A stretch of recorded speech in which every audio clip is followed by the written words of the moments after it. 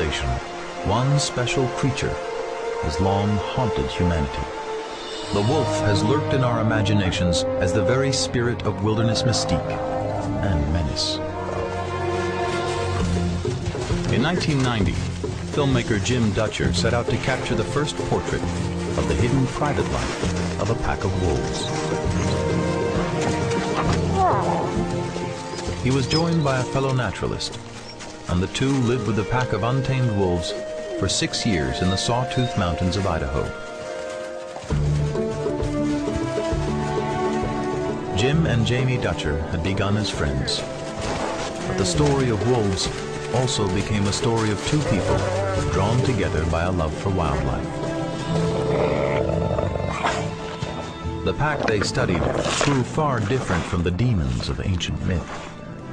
Rather, they were animals devoted to one another, capable of affection and bonds resembling those of human families.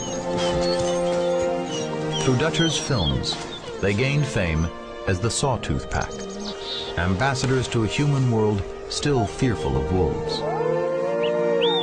Their story leads to both hope and heartache. Some wolves would survive, some would not. But the Sawtooth Pack gave us a new understanding of wolves. This is a story that may never happen again, of two people living with wolves. What they encountered was beyond their greatest expectations.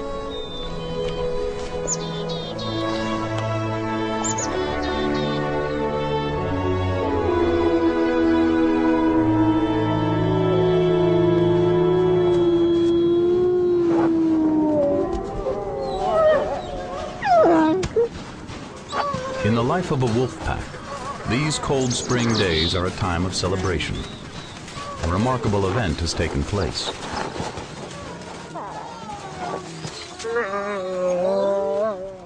One among them, a female, has recently given birth in a secluded den in the forest. For the rest of the pack, excitement turns to play.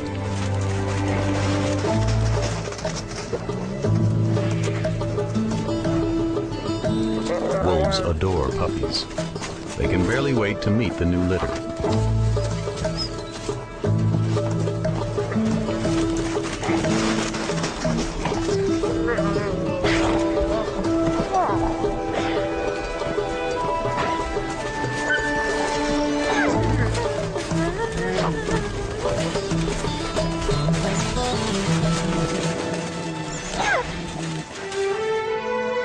But the mother keeps her young hidden from all intruders, even her own pack.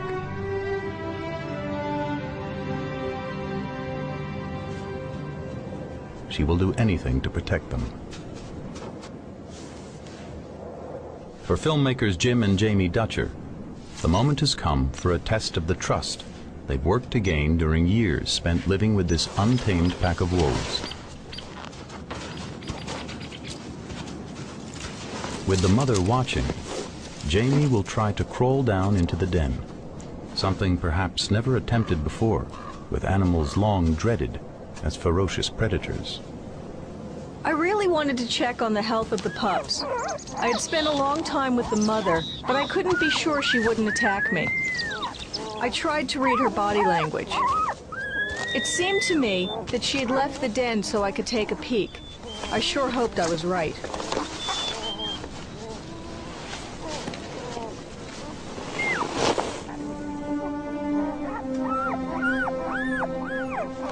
A moment of trust seems about to unfold between two species long regarded as mortal enemies.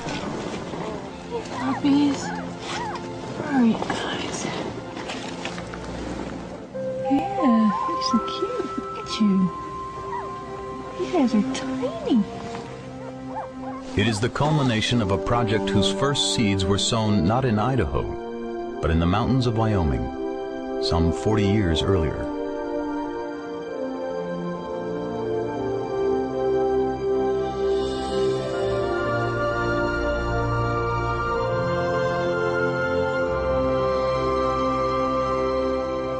The Absaroka Mountains, just south of Yellowstone National Park. At the edge of this vast expanse of wilderness, young Jim Dutcher spent summers working as a wrangler on a ranch.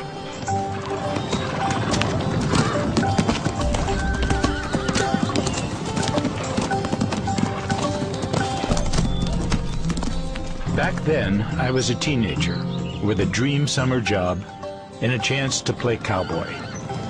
My responsibilities were to take care of the horses. I would take them out in the evening and gather them up in the morning, driving them back to the ranch. For a boy from Florida, the back country of the ranch seemed a mountain paradise, with trout-filled lakes, forest roamed by grizzlies and moose, a place where wild encounters were possible. One day, while searching for stray horses, Jim came upon something he would never forget. In an opening ahead stood a gray wolf. It didn't seem threatening, just curious and unafraid.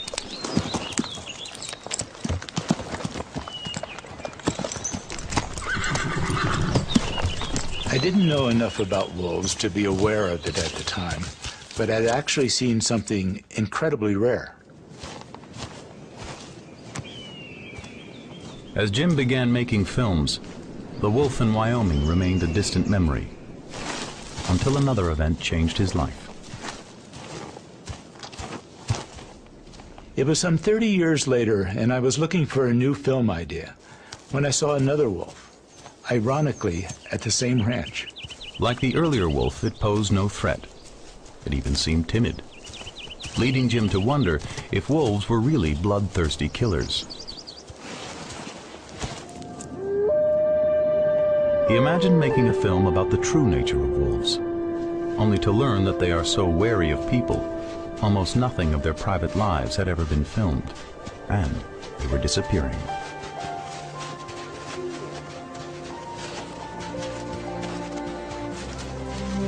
By 1990, only about 50 wild wolves were left in the entire American West. 2 million had been exterminated to protect livestock, and the surviving wolves spent their lives in fear, avoiding humans.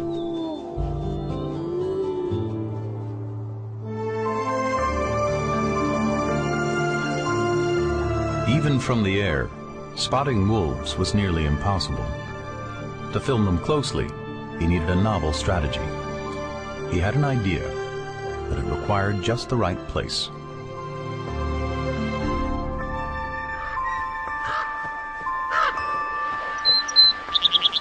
After almost a year of exploring, he found the perfect site on Forest Service land below Idaho's Sawtooth Mountains. He secured a special use permit, and the Wolf Project was born. He would set up the world's largest wolf enclosure, big enough to give a pack a sense of freedom.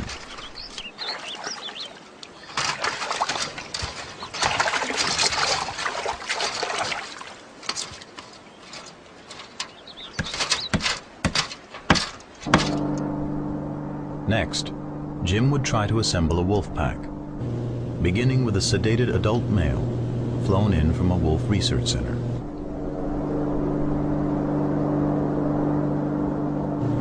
They named him Akai, Blackfoot for Wise One.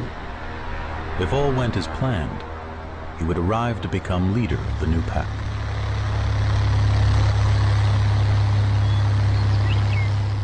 Several wolf researchers gave Jim help and advice, but he knows there is no guarantee that a real pack will form. Nothing quite like this has ever been attempted.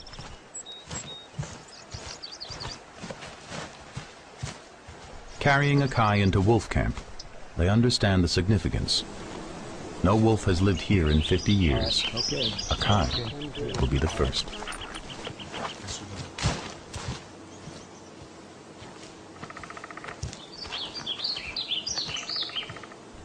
Every event from now on will be documented to gain new insights into wolf behavior. The pack won't be as free as their wild cousins, but Jim hopes they might help shed light on a species whose daily lives remain almost completely hidden from us.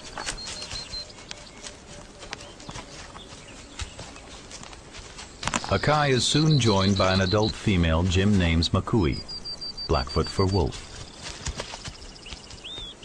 Thus begins a project Jamie believes is unique among animal studies. What I've always loved about the way Jim put this project together was that his goal was to listen to the wolf, not as a scientist, but as a social partner.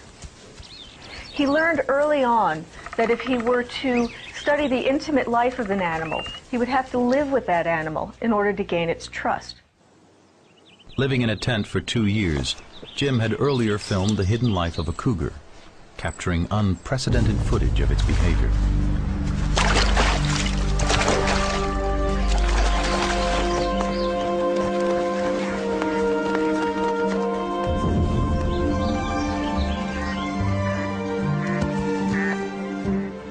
Always present, Jim was able to film a cougar mother caring for and teaching kittens, and her rare vocalizations.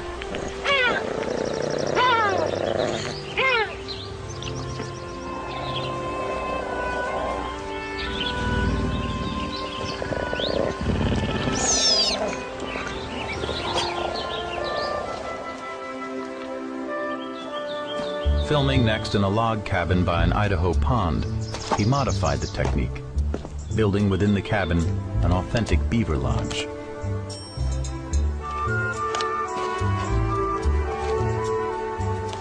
The animals were free to come and go, while Jim was able to film the unseen world of beavers in the privacy of their lodge.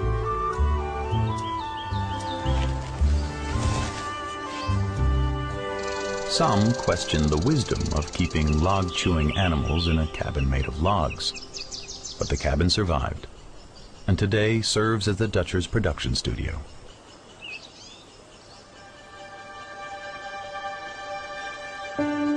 It now houses not wild animals, but their images. The world's largest close-up record of the gray wolf. In still photos, in miles of film, and in Jamie's sound recordings. The cabin also holds the record of the Dutchers' own personal story, one interwoven with their mutual attraction to the natural world. I first met Jim years ago on a flight from Africa.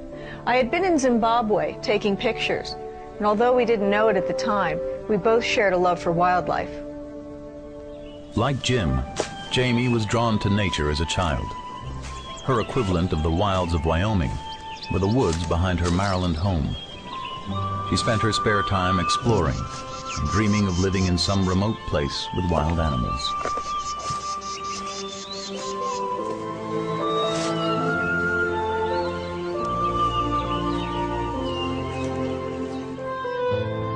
After meeting Jim, Jamie returned to Washington, D.C., where she began a job at the National Zoo. There, surrounded by the exotic creatures she had always dreamed about, she would work toward a career caring for ailing animals in the zoo hospital. It wasn't the wilderness. It wasn't exploring. But it was a way to have constant contact with wildlife.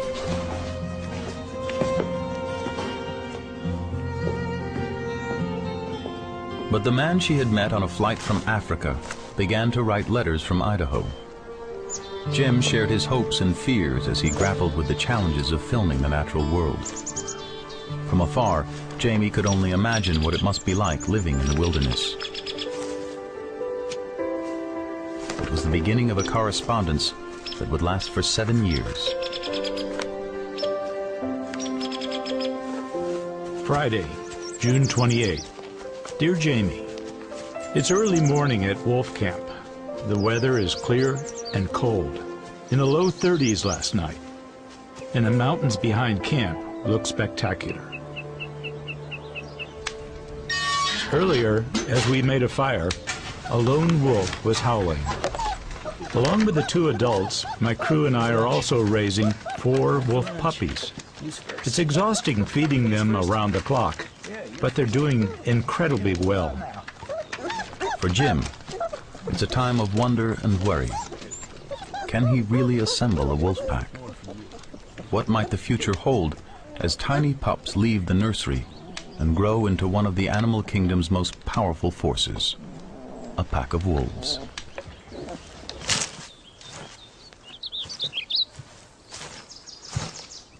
By 12 weeks, the pups at the Dutcher wolf camp display distinct personalities. One named Lakota is very shy, while his look-alike brother, Kamats, is the most alert and curious of the litter. It seems to Jim that little Kamats has the confidence and spirit of a natural leader.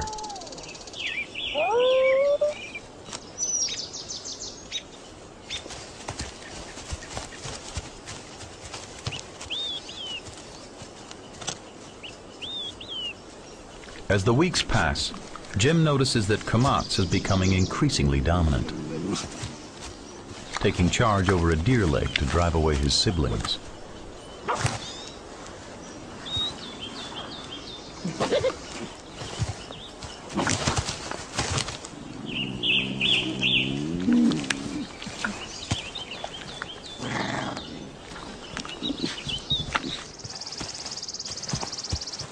Since adult wolves generally welcome pups into a pack, no one expects a problem when it's time to introduce them to Akai and Makui. But there's a surprise, one that reveals the true complexity of wolf behavior. The pups can barely contain their excitement. Jim hopes the two adults will pair up and become foster parents.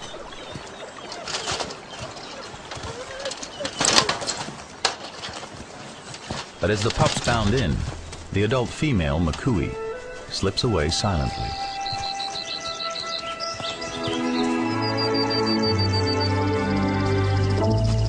Akai, the adult male, asserts himself and tries to impose some order.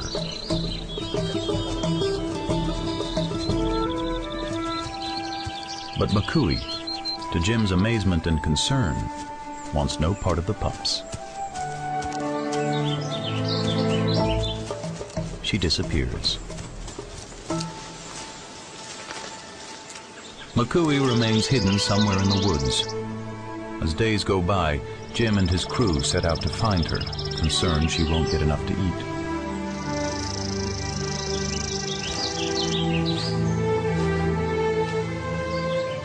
She is so determined to stay hidden, it takes 3 days to spot her. Jim can see she's okay for now, but he's baffled. Why is she avoiding the others? Makui remains absent for weeks, while the new pack is developing a hierarchy. But here too, wolf behavior is proving extremely complicated. The drama unfolds whenever Jim delivers a roadkill carcass. Surprisingly, it is not the adult Akai who dominates, but young Kamats. The stability of a wolf pack depends on a single leader called the alpha male. Jim begins to realize that it's not a matter of age or size, but something innate that drives one wolf to take command of all the others.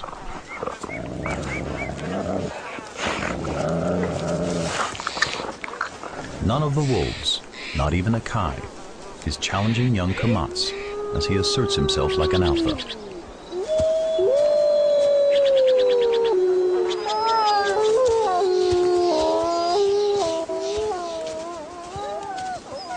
When Makui finally comes out of hiding, she seems too afraid to join. Jim grows increasingly worried about her behavior.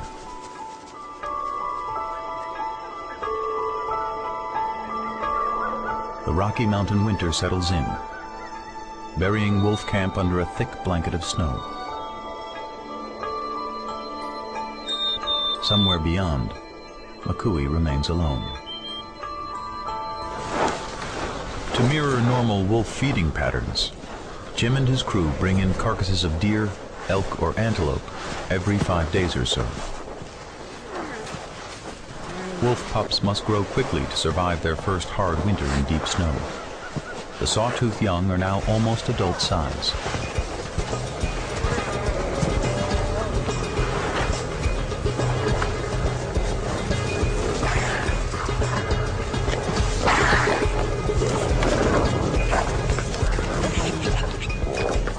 Food prompts excitement, but Kamatz presides.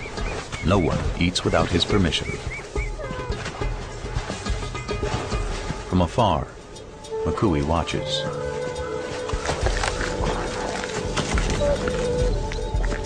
She appears hungry, as if she wants to join in on the meal and the play.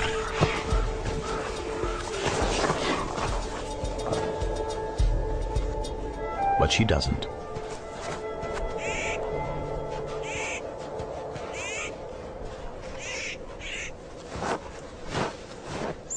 Increasingly worried about Makui, Jim frequently takes elk meat to her.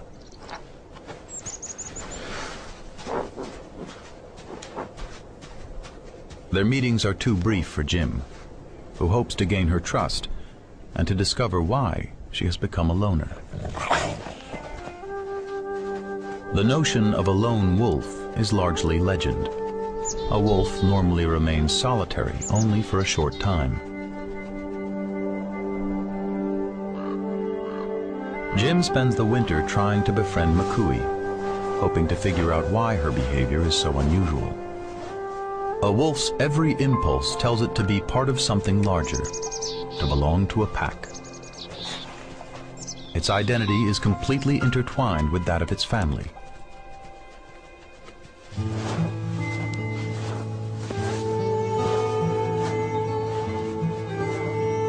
With each visit, Jim is more convinced that Makui yearns for companionship.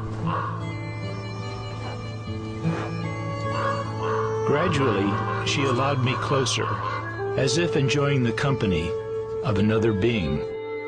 It was heartbreaking to think that I was her only friend. But at close range, Jim can see the problem at last. Her eyes are completely clouded over. Is she fearful of the new pack because she can't see them well? And does she feel safer following trails up here that she has probably memorized?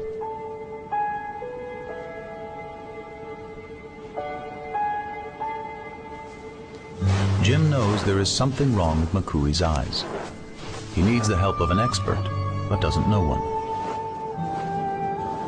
He finally realizes he knows exactly the right person to contact. While Jim worries about an ailing wolf in Idaho, Jamie is consumed with her work at the National Zoo in Washington, D.C. His pulse is strong. She has no idea that the medical knowledge she is gaining will have an impact beyond the zoo. Temperature looks good.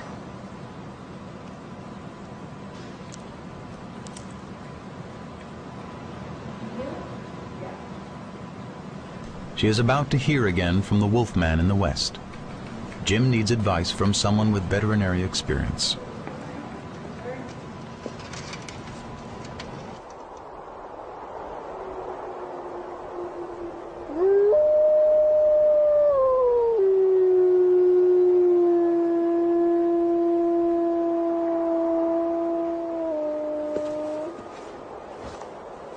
Concerned about the wolves, Jim also just needs to talk to a friend. Dear Jamie, I know it's been a long time, but I've got a serious problem here with an adult female wolf. I'm in the yurt, and she's howling so sadly outside. She seems to be a loner. I've been trying to get close to her to see what might be the problem. I'm convinced there's something wrong with her eyes. It may be cataracts. Have you any ideas? I could really use some help.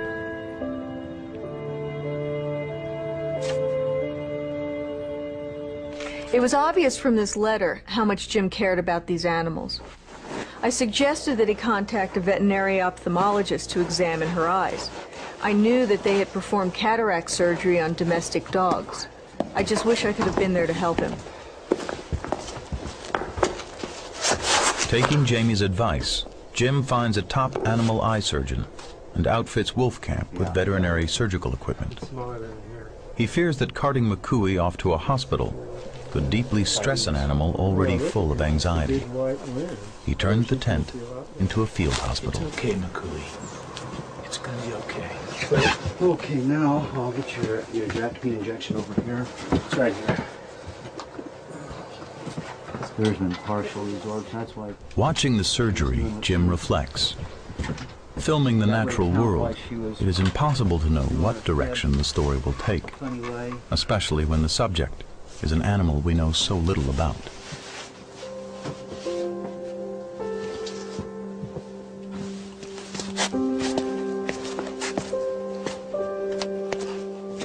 The result is another surprise.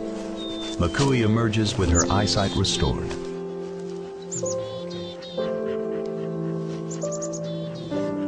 But she never fully trusts Jim in the same way.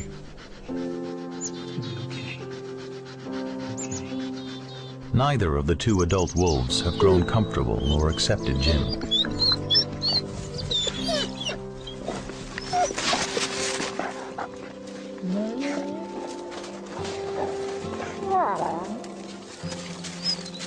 Reluctantly, he decides to concentrate on the yearlings and to find another home for McCooey and Akai. It won't be easy giving them up, but it's for the best. Kamats and the other yearlings knew me from the moment they opened their eyes. Their trust was absolute and understood. I knew deep in my heart that the future of the Sawtooth Pack rested with them. A dark female named Mataki catches Jim's eye. In the emerging hierarchy of the yearlings, Mataki has been relegated to the role of Omega, lowest-ranking member of the family.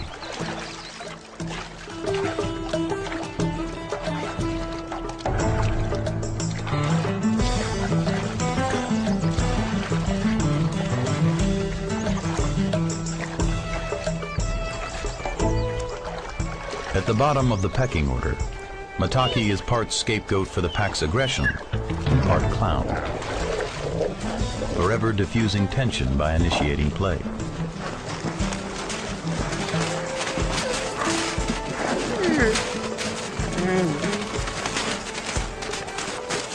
The Omega is an important member of the pack. Not an outcast, but it's always on the bottom.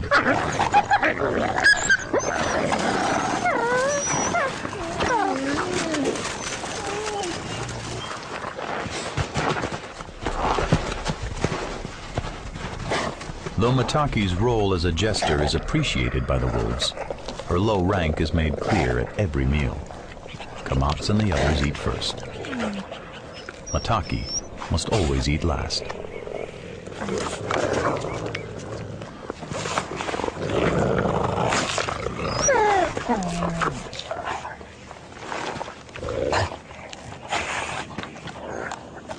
Sometimes, as if to avoid trouble, Mataki wanders off alone. She is less than a year old and not very savvy about dangers lurking beyond the protection of the pack.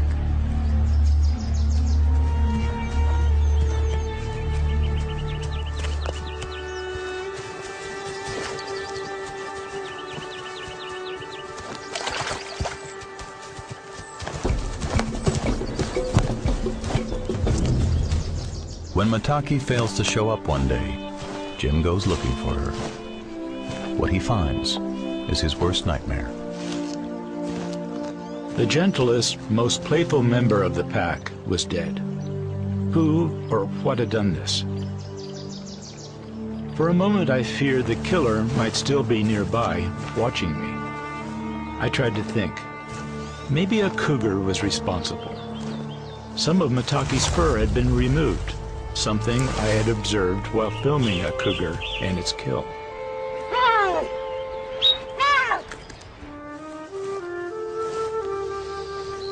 I found wolf claw marks and a telltale sign, some of Mataki's fur. I think the pack found her killer in this tree and tried to claw their way up to get the cougar that had killed their sister.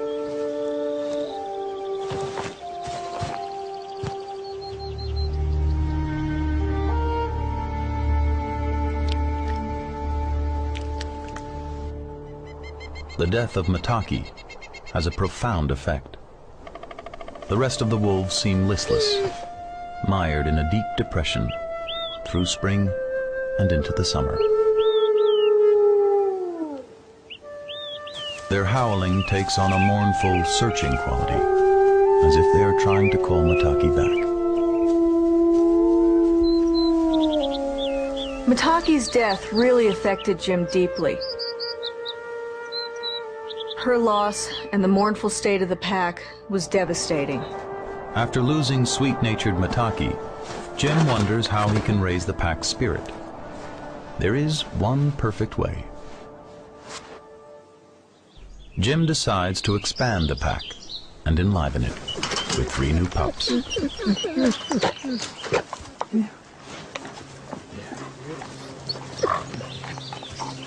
The young wolves went beyond just accepting me. They bonded with me, and as detached and scientific as I tried to be, I bonded with them. Here, have the bottle. Have the bottle. My nose is in that bottle. Wolf Camp is serenaded by new voices.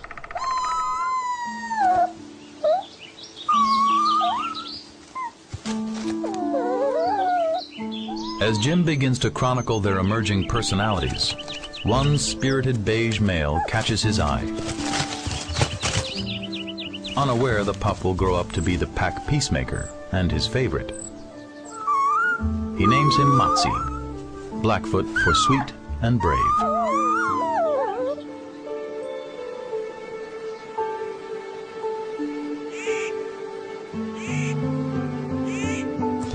At 16 weeks, the pups join the others. Instinctively, they recognize the dominance of the adults and drop down submissively in their presence.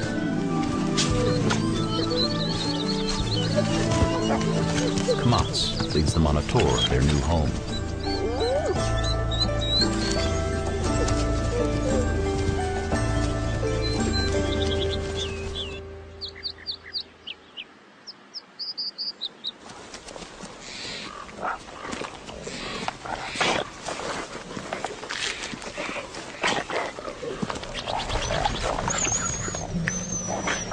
Jim can see a new hierarchy developing. The rankings are sorted out over food. Kamats presides, but at times he just observes, as if curious about the power struggles taking place.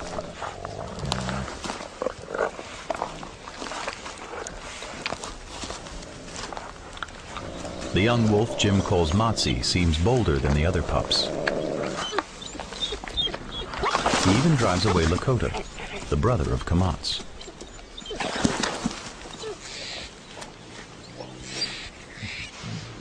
Despite Lakota's imploring looks, Kamats never intervenes. As the second autumn passes, Jim wonders if the yearlings will form the stable pack he had hoped for with Akai and Makui.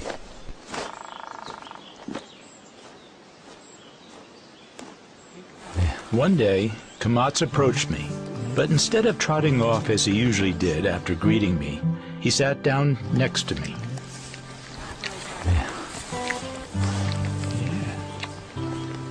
In a gesture I'd never seen before, he raised his paw. I held my hand out to meet it, and we just sat there. At that moment, I knew everything was going to be all right. I realized that the one who would stabilize the pack and make the whole project work wasn't me, it was Kamats.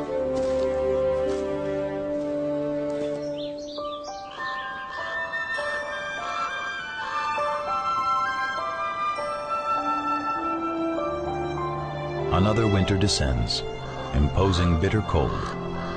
The deep snow is an obstacle to filmmakers, but a big white playground to wolves wearing thick new coats.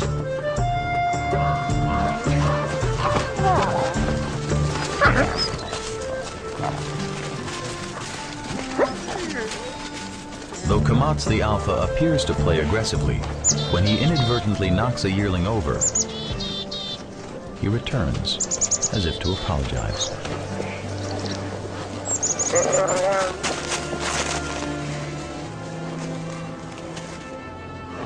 Jim, it seems that the confidence Kamats possessed in youth is blossoming into a calm benevolence.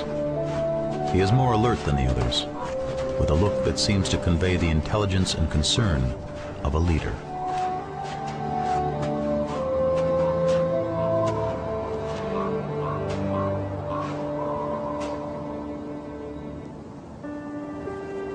Dear Jamie, at last things are beginning to look a little bit more positive. We just had our first snowstorm, and the pack loved it. More importantly, I'm starting to see some new behavior. I wish you could see how Kamats takes care of his pack. I suppose we all have moments in our lives that are milestones. I was stopped by Jim in the aisle of an airplane, a brief and pleasant meeting that turned my life upside down 7 years later.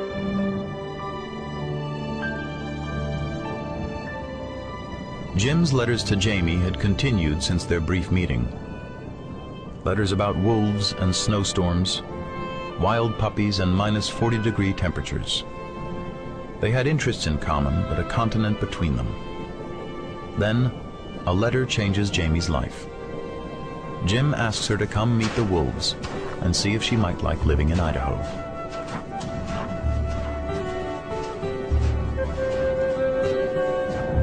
What could I say? I was being asked to go live in an ice-cold tent on the other side of the continent. It was crazy. But by then, I knew I loved Jim. So I went.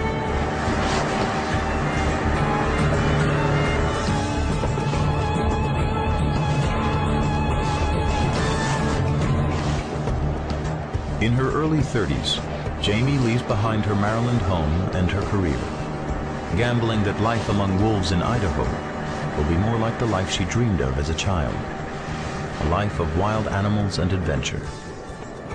As she's about to find out, she has no idea how adventurous it will be.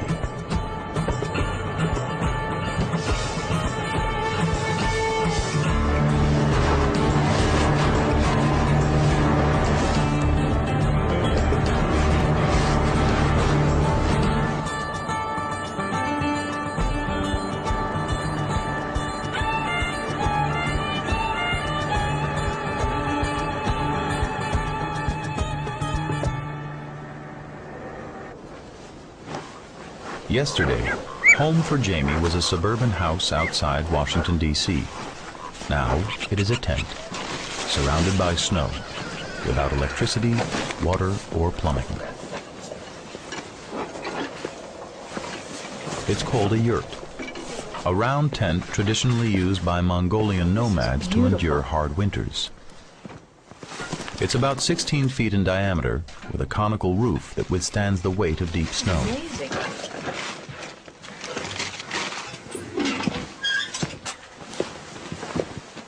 One room, few comforts, middle of nowhere. But the backyard is glorious.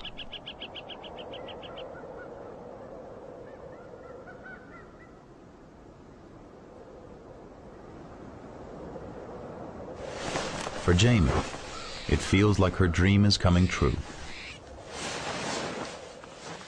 Idaho was hardly the far-off and desolate land it had once seemed. I have to smile to myself thinking back on how foreign and scary it had been in my mind. It immediately felt like home, a beautiful home.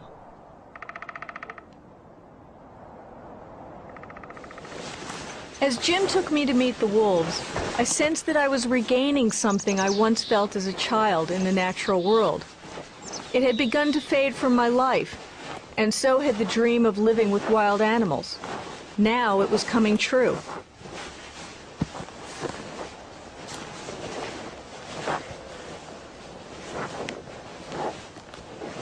I knew the wolves from Jim's letters.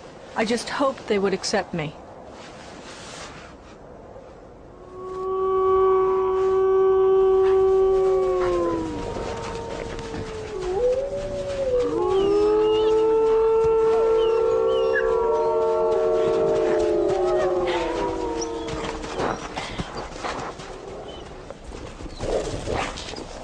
Jim had a special relationship with the wolves. You could see it. The pack trusted him completely. He never tried to approach them when they were not in a social mood, and he never treated them as pets.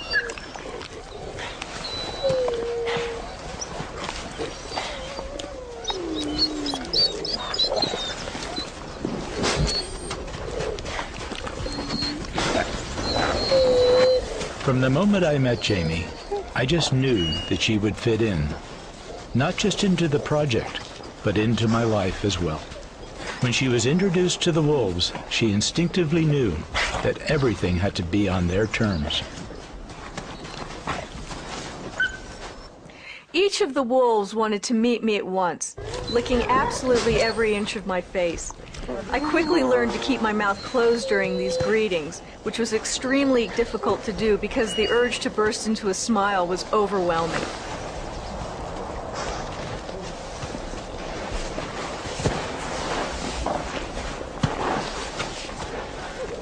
Jamie notices that one wolf is shy and stays away. Jim explains that the role of Omega has been forced on Lakota since the loss of Mataki. Jamie is drawn to the plight of this reticent and meek wolf. Lakota faces the unyielding rule of his own brother, the Alpha. Kamats can be benevolent, but he is always supreme.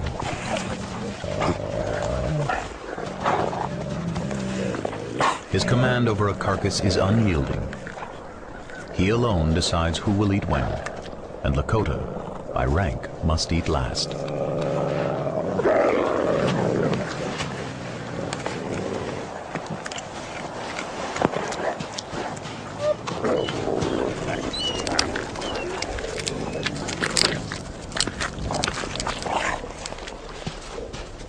Lakota tries to approach the carcass unnoticed before his turn. But Kamats must reinforce the rules of status, which ensure pack stability. He refuses to let his Omega brother near the food.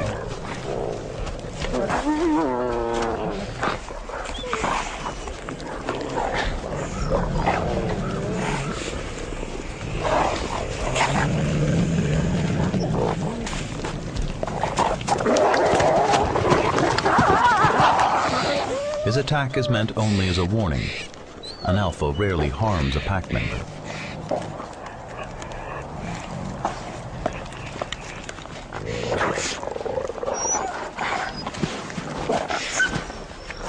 Mid-ranking wolves constantly seek dominance over one another.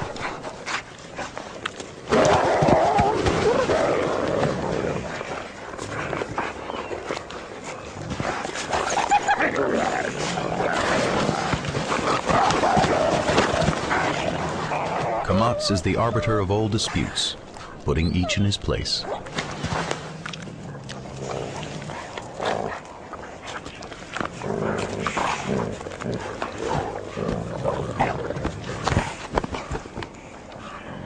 Lakota takes a new tack, hoping to make himself so insignificant that no one will notice him eating. He prostrates himself before Kamats, whose attention wanders. Perhaps Lakota can snatch a quick bite before the others see. It doesn't work.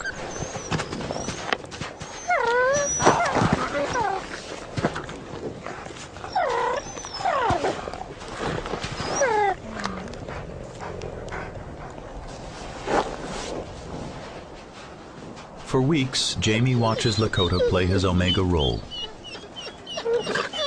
She notices something not readily apparent because Lakota often remains so low to the ground.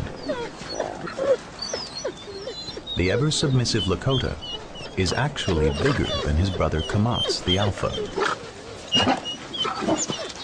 Can a wolf born with such a yielding personality ever hope to escape being the Omega? The mysteries are only beginning. At wolf camp, the winter sun slips behind the peaks by mid-afternoon.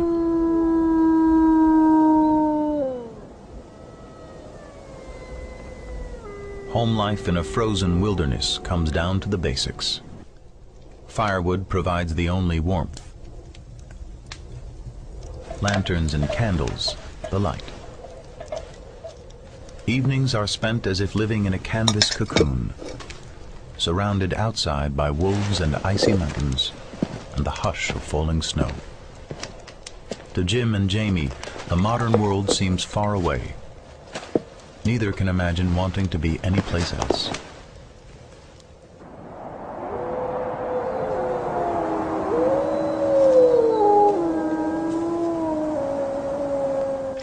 At the end of the day, they heat creek water on the wood stove.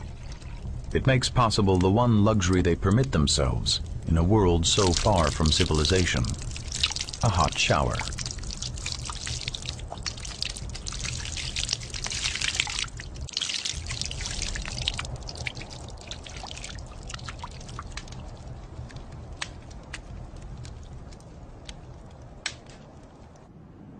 Despite the sub-zero winter temperatures, the wolves seem as if they couldn't care less about the cold.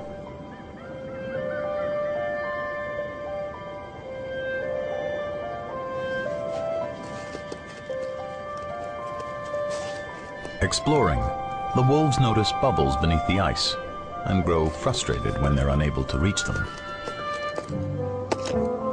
But neither ice nor snow penetrates their double layer of fur.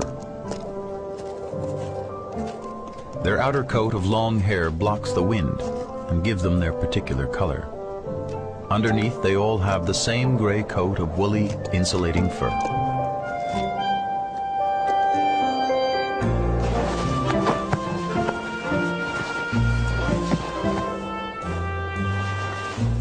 Their keen sense of smell detects things hidden in the snow.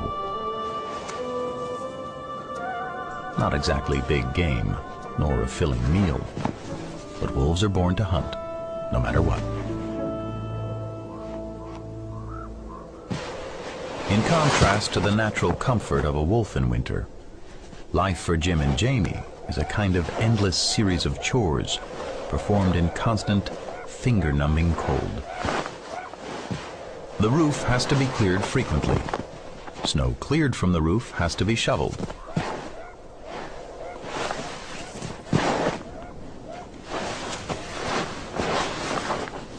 A simple trip for firewood means donning snowshoes.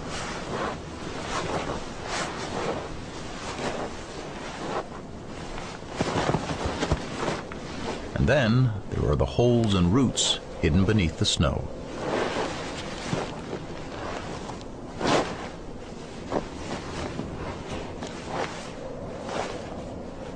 And the wood must still be fetched.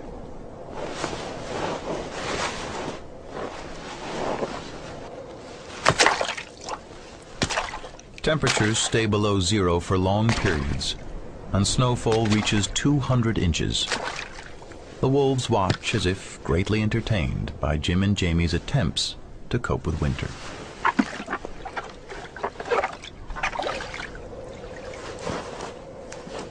Some chores, like getting water for the shower, are important, but not essential.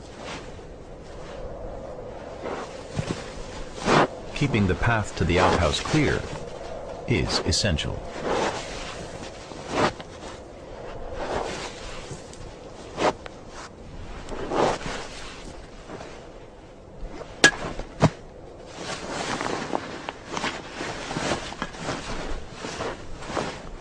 They keep the stove going all day to warm the yurt.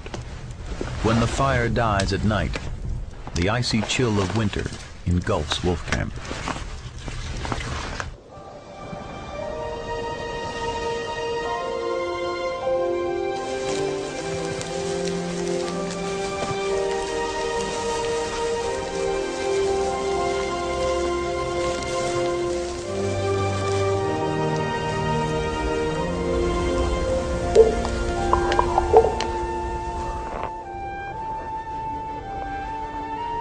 Through the winter, the Dutchers rethink the design of wolf camp, which leaves them quartered outside the wolves' territory. The old camp always had shortcomings. The fence was a barrier between the wolves and us. The wolves could hear us at camp, but couldn't see what we were up to. Joining them would always alter their behavior. They were that curious.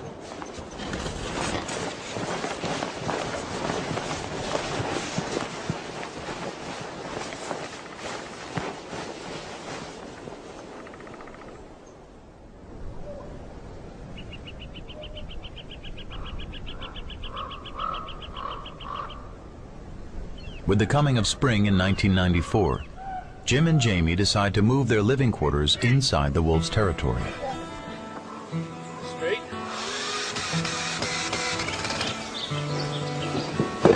Without Jamie, I might not have made the move, but her enthusiasm refueled the project. She had a hunch that living with the wolves would improve our observations, and she was right. They relocate the yurt atop a platform, so they will have a better view of the comings and goings of the pack.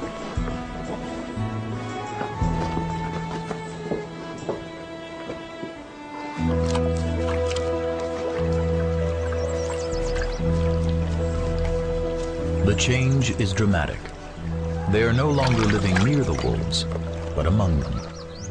They aren't intruders, just part of the pack's everyday surroundings. The wolves actually pay less attention to them and behave more naturally. Jim and Jamie's film and photographs grow even more intimate and revealing.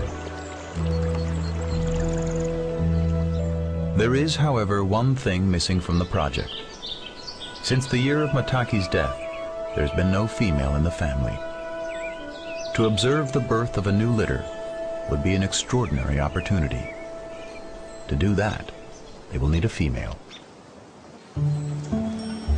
3 new pups are adopted. 2 are females. Gender seems to matter little when it comes to their inborn mischief.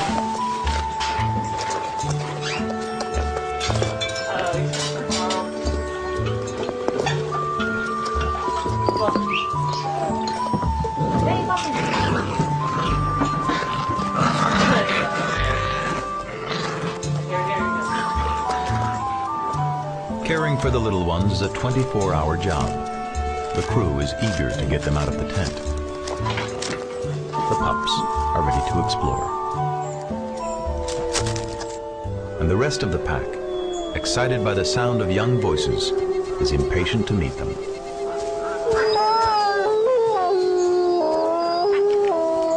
Two seem bold and spirited, Wyakin and Wahats,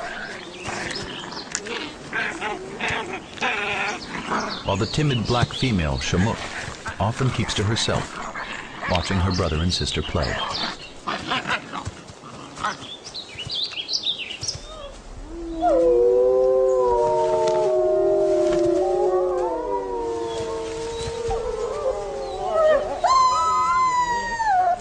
The youngsters quickly try to act like grown-ups.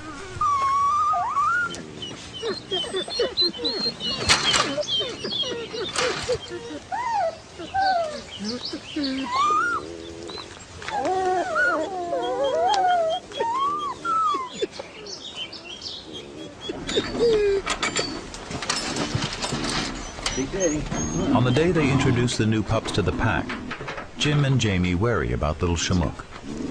Come on, you follow.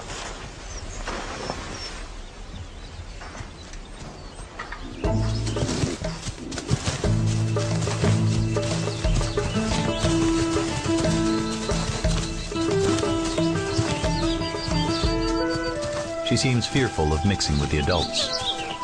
Shamuk watches, while Wahats and Wyakin are quick to integrate themselves.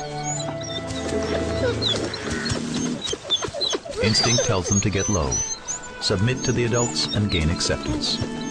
But Shamuk remains wary and keeps away. The Dutchers wonder if she might be an omega in the making.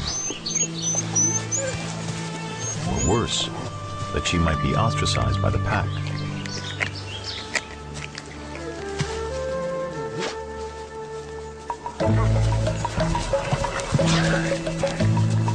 But their fears begin to recede as weeks go by.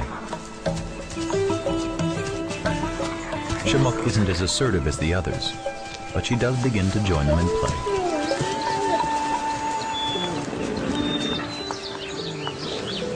Watching Jamie play with the pups, I could see how gentle and caring she was, how easily she had gained the pack's respect, and how lucky I was. At that moment, I did what I should have done so many years before. I asked Jamie to marry me.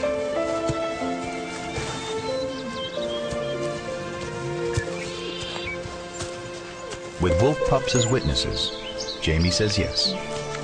She has found happiness with Jim and the wolves, and has regained a part of herself she nearly lost.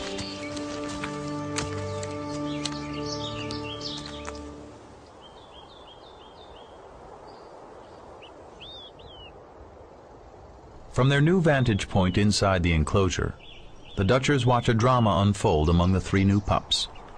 One, it seems, has provoked the displeasure of the alpha.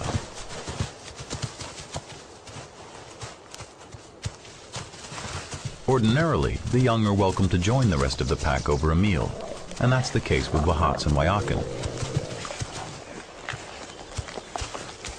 But for fearful Shamook, it's a different matter.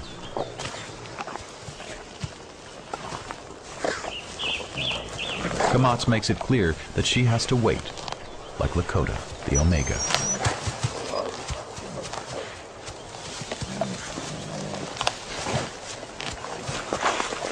So much of a wolf's social position depends on a show of confidence.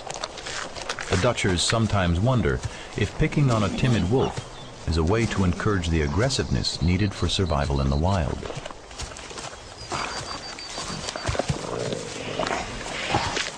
The more assertive pups are allowed to gorge, but they know they eat at the pleasure of their elders.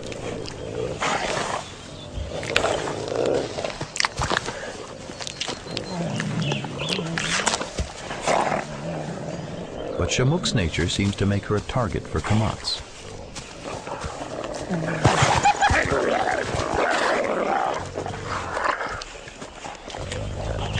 Each wolf occupies a rung of the social ladder. Often there are two Omegas, a male and a female. Jim and Jamie begin to think Shamook is destined to be the female Omega.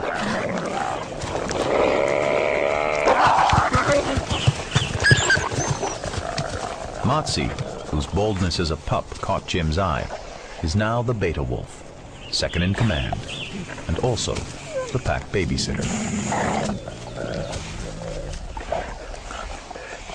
Always keeping an eye on the young, Matsi is their caretaker and educator.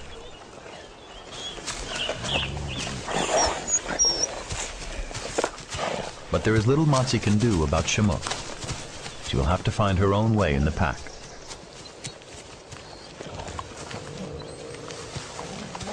I wanted to be an impartial observer, but Lakota the Omega touched my heart. Always trying to please his brother the Alpha, hunched over, tail tucked in submission. I began spending a lot of time documenting Lakota. I noticed that although the pack always picked on him, they clearly cared about him, especially Matsi, who would stand by, making sure Lakota was okay. I realized there's a lot going on in the inner lives of wolves.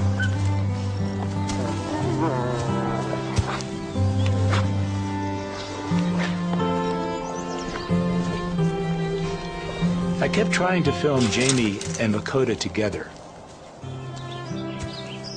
But every time I would turn the camera on, Lakota would become nervous and move away.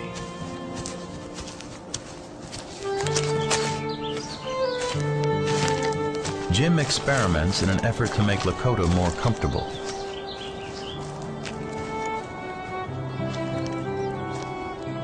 He replaces the movie camera with a smaller still camera and sets up further away, hoping to capture the growing bond between the Omega and Jamie. Lakota took a big risk spending time with me. If the pack had caught him getting special attention, they would have attacked him. But sometimes we would just sit together.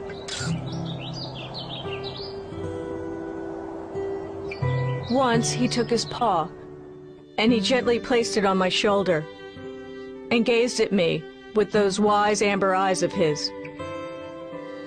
We sat that way for quite a while. From that moment, I was captivated by him, and I knew he would forever hold a special place in my heart.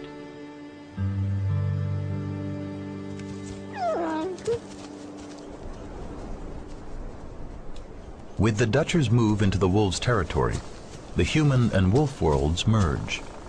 Because Jim and Jamie are living with the pack, they witness behavior they couldn't have seen otherwise. For example, the comedy routine that takes place with food between Wyakin and her brother Wahats. Thinking no one is looking, greedy young Wyakin sneaks away with meat. Unaware, Wahats is watching. She quietly hides her secret stash in the bushes. Wahats tails her silently, perhaps suspicious of her bulging belly.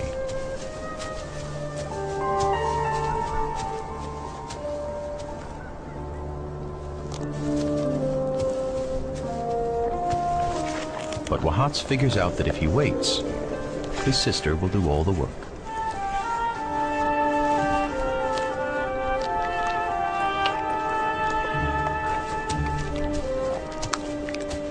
As soon as Wyakin leaves, Wahats dashes in and eats the hidden meat.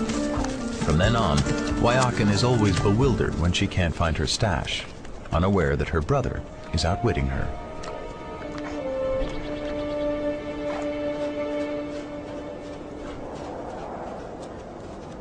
Some winters are cold, but some are brutal.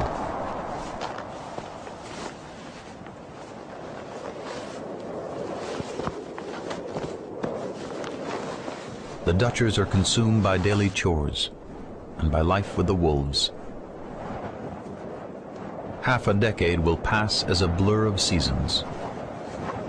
Winter cold seems to melt suddenly into summer heat. Summer is quickly winter again.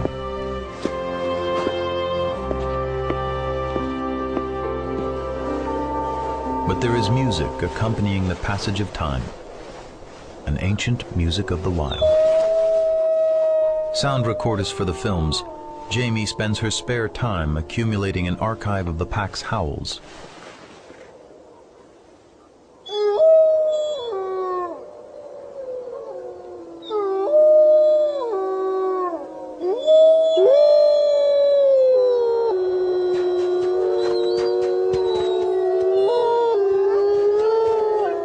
She finds that she can identify individual wolves by their unique inflections. Surprisingly, Lakota had the most beautiful howl. Eyes shut and head thrown back, he would just pour his heart out. Rich, mournful, lonely, and sad. I felt as if I were listening to him sing the blues, giving voice to the despair of an Omega.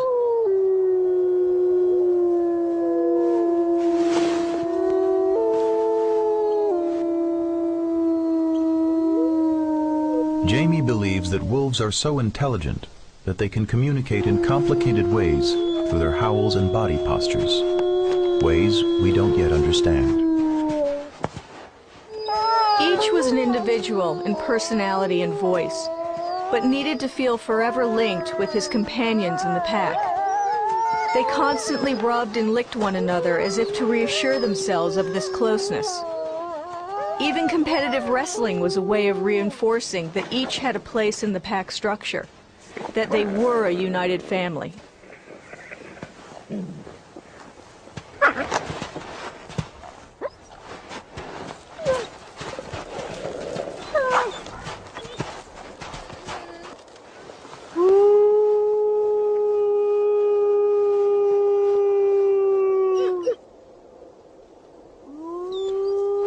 It is at last clear to Jim and Jamie that the project is succeeding.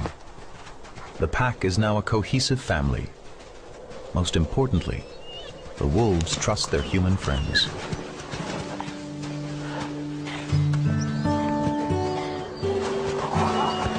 We had names for each, but they didn't know that. We didn't approach the pack. The wolves came to us only if they chose to. It made their friendship all the more rewarding.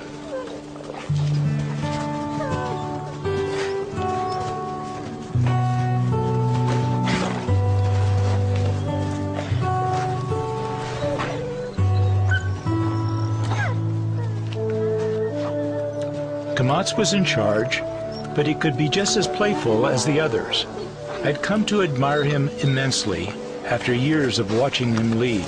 To be accepted by him, to be worthy of his attention and maybe even affection, was an overwhelming honor.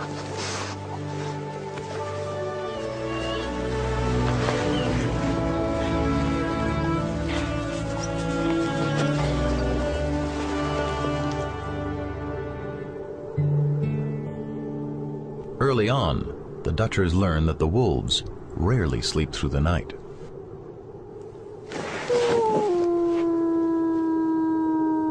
To capture the full range of pack vocalizations, Jamie sets up an outside microphone wired to sound gear in her bed.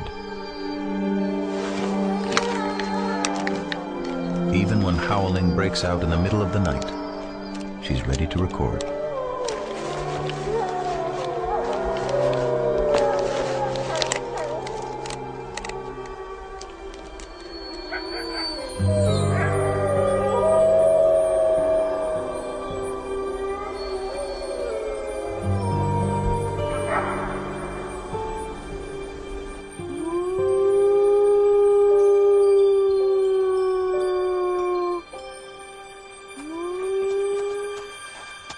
Wolves howl at any time, day or night, sometimes in response to a distant sound, sometimes to check on one another.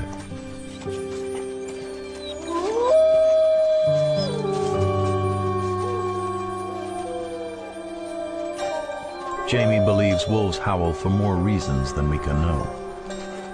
Often the whole pack rallies together and starts a game of tag, playing in the dark, unmindful of the bone-chilling cold.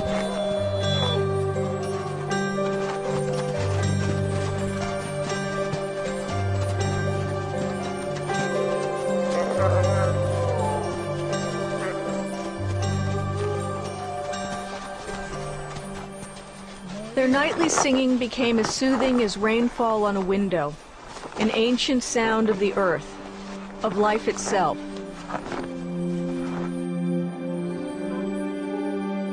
The singing would end, and the pack would settle down, leaving the world silent again. I would fall asleep, wanting this magical life to go on forever.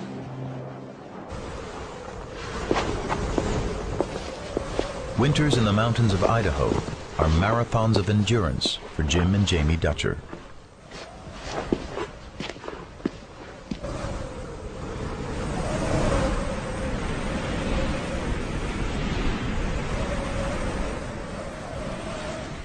The valley surrounding Wolf Camp, chilled by high altitude and sweeping winds, is one of the coldest spots in the United States.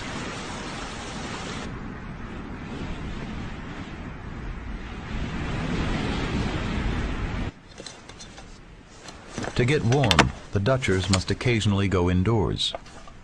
But so little body heat escapes a wolf's thick coat that snow does not even melt on its fur. They can lie completely exposed to the fury of winter.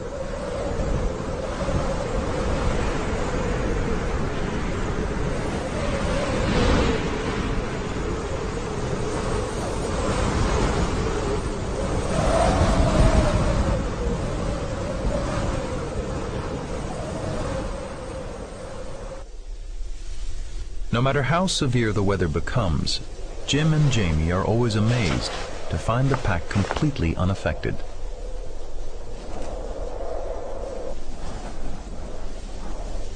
Sometimes the wolves curl up and sleep through the worst storms. They never seek shelter in a den or under trees. They seem a perfect animal for winter. Not only are they blasé about the cold, they greet fresh snow as if it's a gift from heaven, some new surprise that always puts them in a mood to play.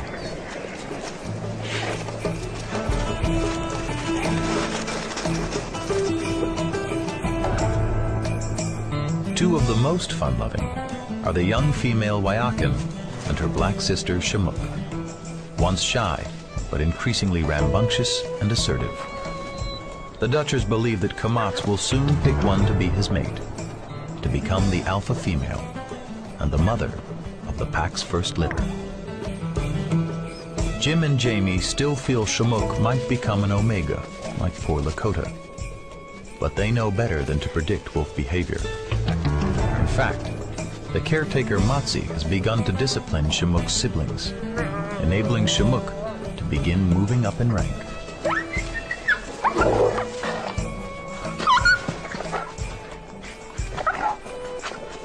So far, Kamats seems more interested in snow and in choosing a mate.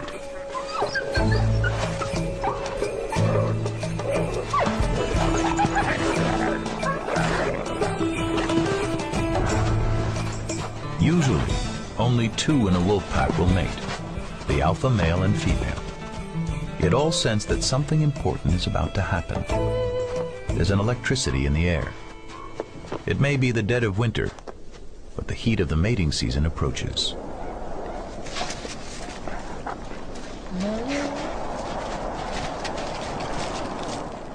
As January turns to February, Jamie notices a distinct change in Shamook. She grows even more assertive and less timid. Everyone is on edge. Only the alphas mate, but all of the wolves experience the urge to reproduce. The pack remains friendly to them, but Jim and Jamie sense the mood turning more serious, as if the wolves know a turning point is coming. Will Kamats choose the watchful Shamook, or the female the Dutchers believe better suited, Wyakin, who is larger and livelier?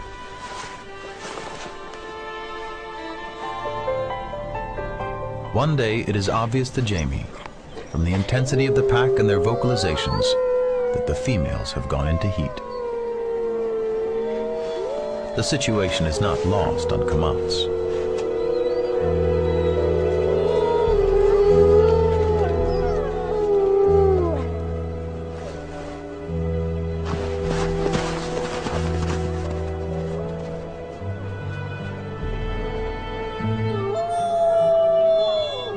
Suddenly, Kamats makes his choice clear. It is little Shamook, to the Dutcher's surprise, and perhaps to hers as well.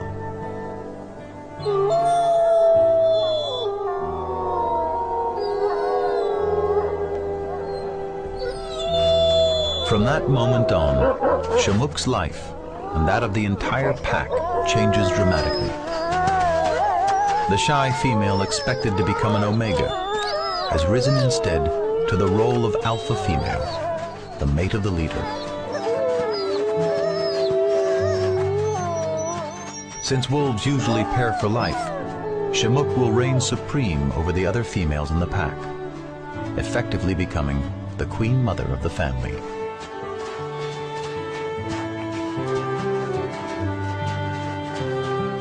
If her story had unfolded in the fairy tale world, little Shamook would be Cinderella. Wyakin had seemed the likely princess. Now she could only watch.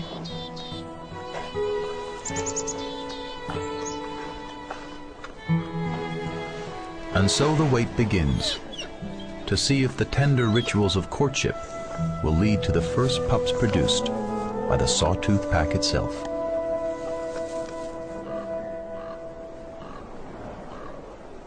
In the third week of April, in a hidden forest den, a litter of pups is born. Shamook, the new mother, feeds them for nearly a month in seclusion, barring even the pack from visiting the den. The question is, will the high-strung young female allow Jamie to inspect her new pups? I scanned Shamook's face for any trace of distress, but she just looked at me curiously.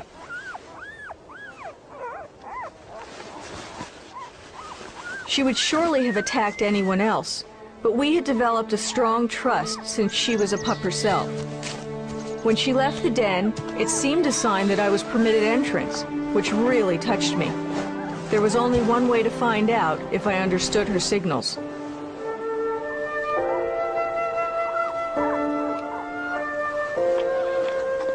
Shamook just watched me, as if she was proud to show off what she had accomplished.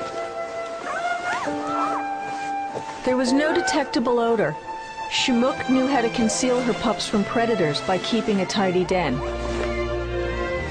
Puppies. Very nice. I could make out 3 little heads. Your mom's waiting outside for you. Yeah, you're so cute. Look at you. You guys are tiny. The pups almost looked like little bear cubs. They were endearing and inquisitive, like most young and innocent animals. They sniffed the air and chirped at me. Maybe they thought I was there to feed them.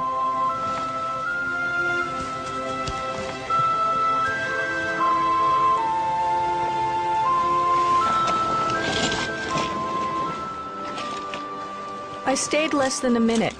It was an honor just to get a glimpse.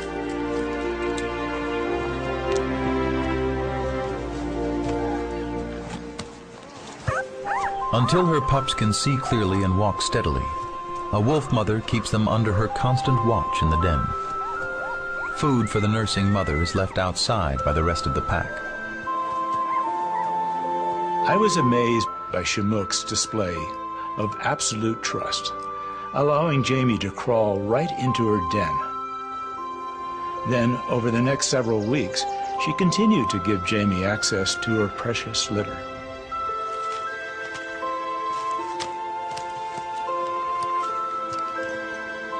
At 4 weeks, the pups are allowed to venture out and explore. There are 2 females and 1 male, all black like their mother. They are the first wolves born in the Sawtooth Mountains in 50 years or more.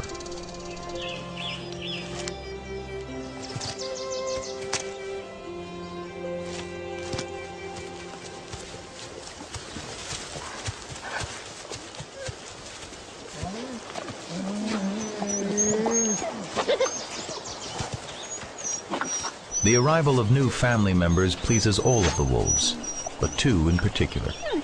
Motsi, the beta male, assumes the role of caretaker and puppy sitter, as he has with previous litters, even keeping a closer eye on the pups than their mother does.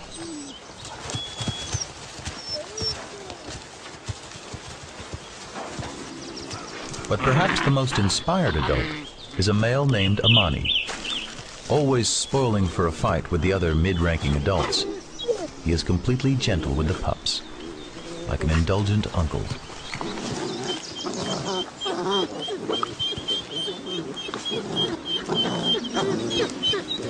He doesn't seek to be their teacher or protector, only their playmate.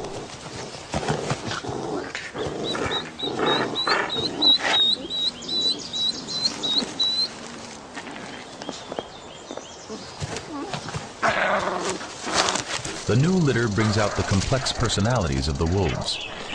Amani is the first to pick on the Omega, yet nothing the pups can do bothers him. The joy of youngsters seems to infect and enliven the entire pack, but for the Dutchers, it's a time of growing concern.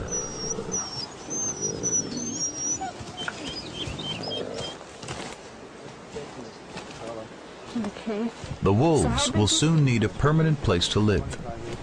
Jim invites Carla High Eagle of the Nez Perce tribe to wolf camp. Over several years, Jim and the Nez Perce have discussed moving the pack to a similar situation on tribal lands when the Forest Service permit expires here. Now, that time is approaching.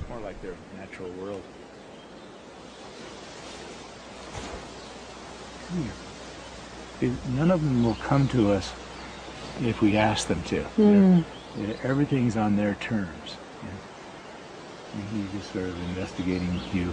And this is the Omega? Yeah, and he's at the bottom of the pack, where Kamatz is the leader. Even though we have names for these wolves, they don't respond to their names. I don't think they even know their names. But it keeps them straight for us. Impressed by the tribe's involvement in efforts to bring wild wolves back, Jim believes the Nez Perce will provide a safe future for the pack.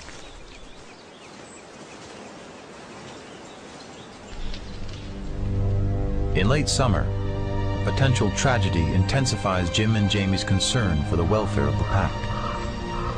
A major forest fire in the Sawtooths crosses a ridge above them, and for a time seems headed for wolf camp.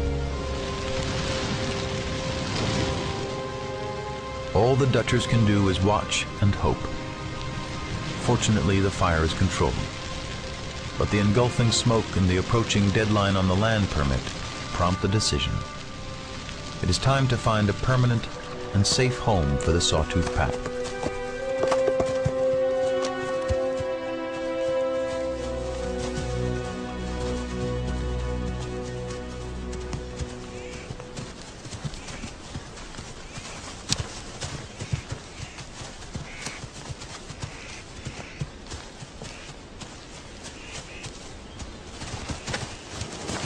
The Nez Perce offered to give the pack a home on their tribal lands when the permit expires. For Jim and Jamie, the news is bittersweet.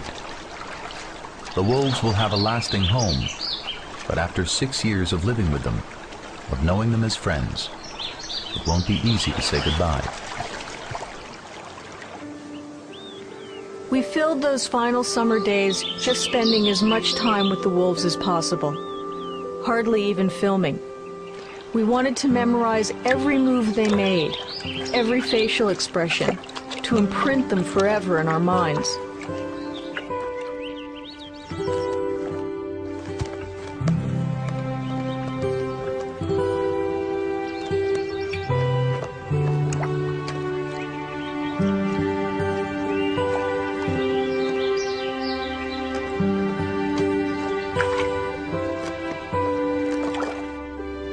On August 6, 1996, we set out for northern Idaho, carrying the pack to their new home on Nez Perce land. It was the saddest trip that I had ever taken.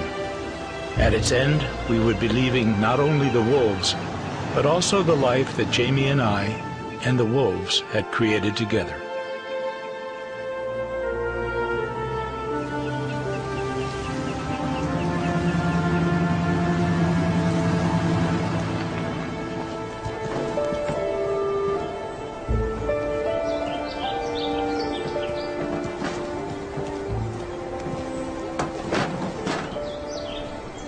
Carla High Eagle welcomes the pack to the tribal lands of the Nez Perce. It's time to see their new home for the first time.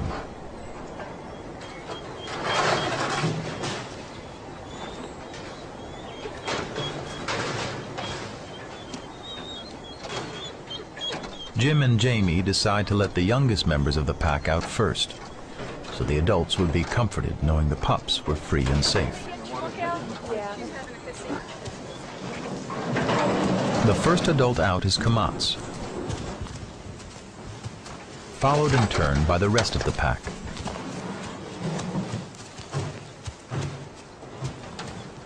But the Dutchers know that the others will attack the Omega if he were to emerge ahead of them, so Lakota must wait to be let out last. A moment occurs with Kamats that symbolizes the alpha's devotion to his pack and the solidarity of a wolf family. Kamats returns to the crate holding Lakota, gently coaxing his fearful brother to come out.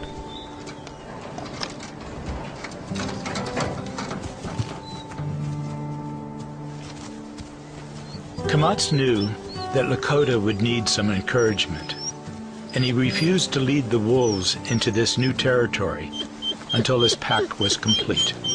Kamats wouldn't leave his brother behind, Omega or not.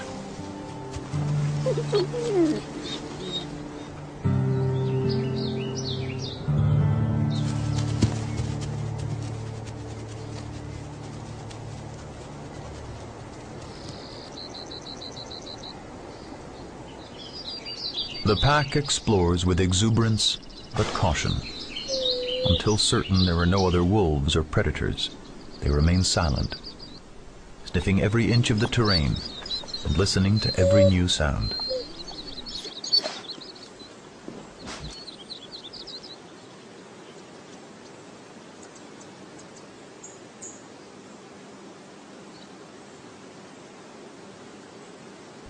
After several hours, one by one, they return to the Dutchers, almost as if sensing that the time had come for a farewell. The first was Lakota, who licked us. I'm gonna miss you guys. I wondered if he would ever escape the role of Omega. I hoped he would.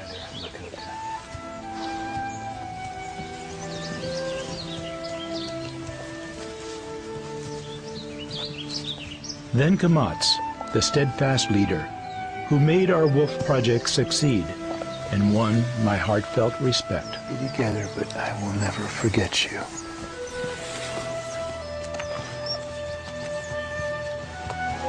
And Motsi, who touched me deeply, the pack's caretaker and peacemaker. gonna miss you, Matsi. The one who looked after the young and often defended poor Lakota. You're gonna be all right in this new place.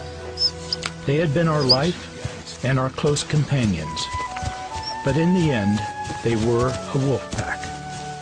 They had their own family, a good family.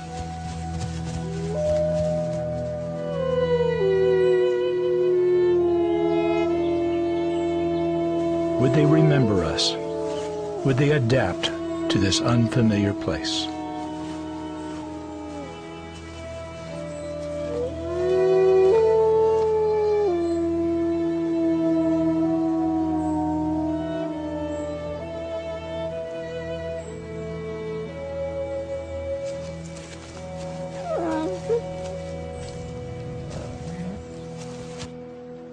In wooded backcountry of northern Idaho, on tribal lands of the Nez Perce, seasons pass for a wolf pack, unaccompanied for the first time by Jim and Jamie Dutcher.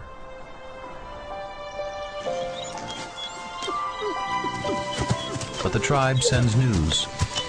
All are well, and there has been a big shift in the hierarchy.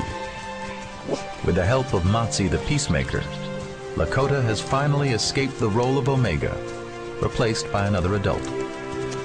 From afar, the Dutchers can only imagine Lakota's relief.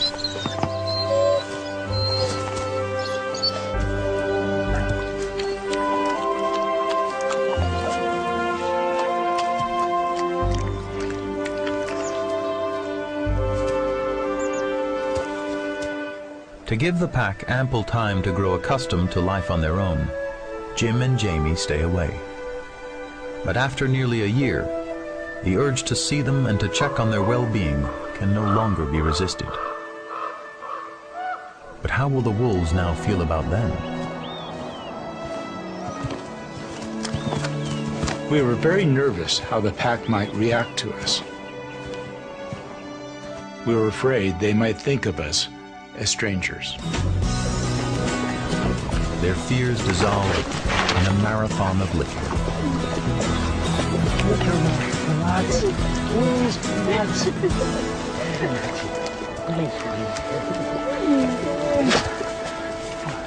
See you.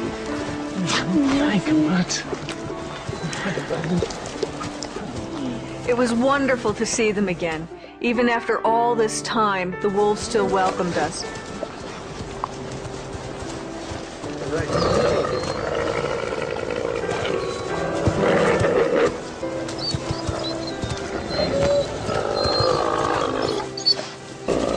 That precious sense of trust between us was still there, and so was their affection. I couldn't voice my feelings, but they could.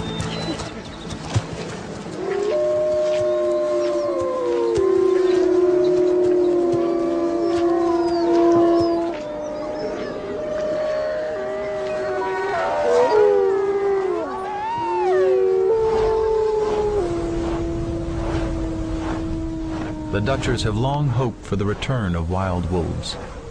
Conviction deepened by the years spent with the Sawtooth Pack. East of their Idaho home, they trekked deep into Yellowstone National Park. In an attempt to restore a native predator here, 30 wolves were reintroduced to the park in the mid-1990s. Their numbers have grown to more than 200, and researchers are finding their presence beneficial to the ecology of the park.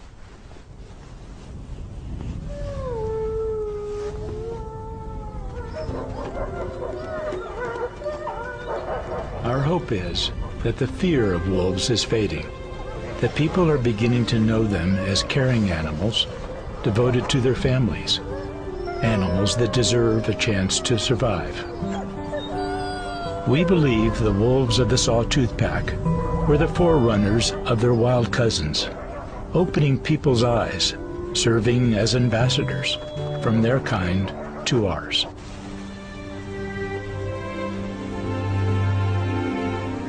Wolves live only about 7 to 10 years. In time, members of the Sawtooth Pack begin to disappear. When word reached me that Kamatz had died, I was devastated. I don't believe I'll ever forget that moment. He was such a friend. For 3 weeks after his death, a single wolf was heard howling in the night. I wonder if it was his brother, Lakota. As time passed, we lost more of the pack. Lakota, my dear friend Motsi, and we knew we would have to say farewell to all of them. We hope they made a difference, that their story helped their kind. On an autumn day, Jim and Jamie set out on a mission of the heart, one they have long avoided. They head down the trail to the old site of wolf camp.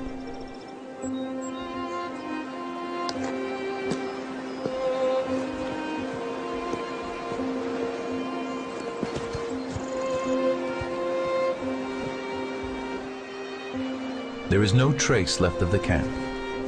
The trails are overgrown where the wolves once ran.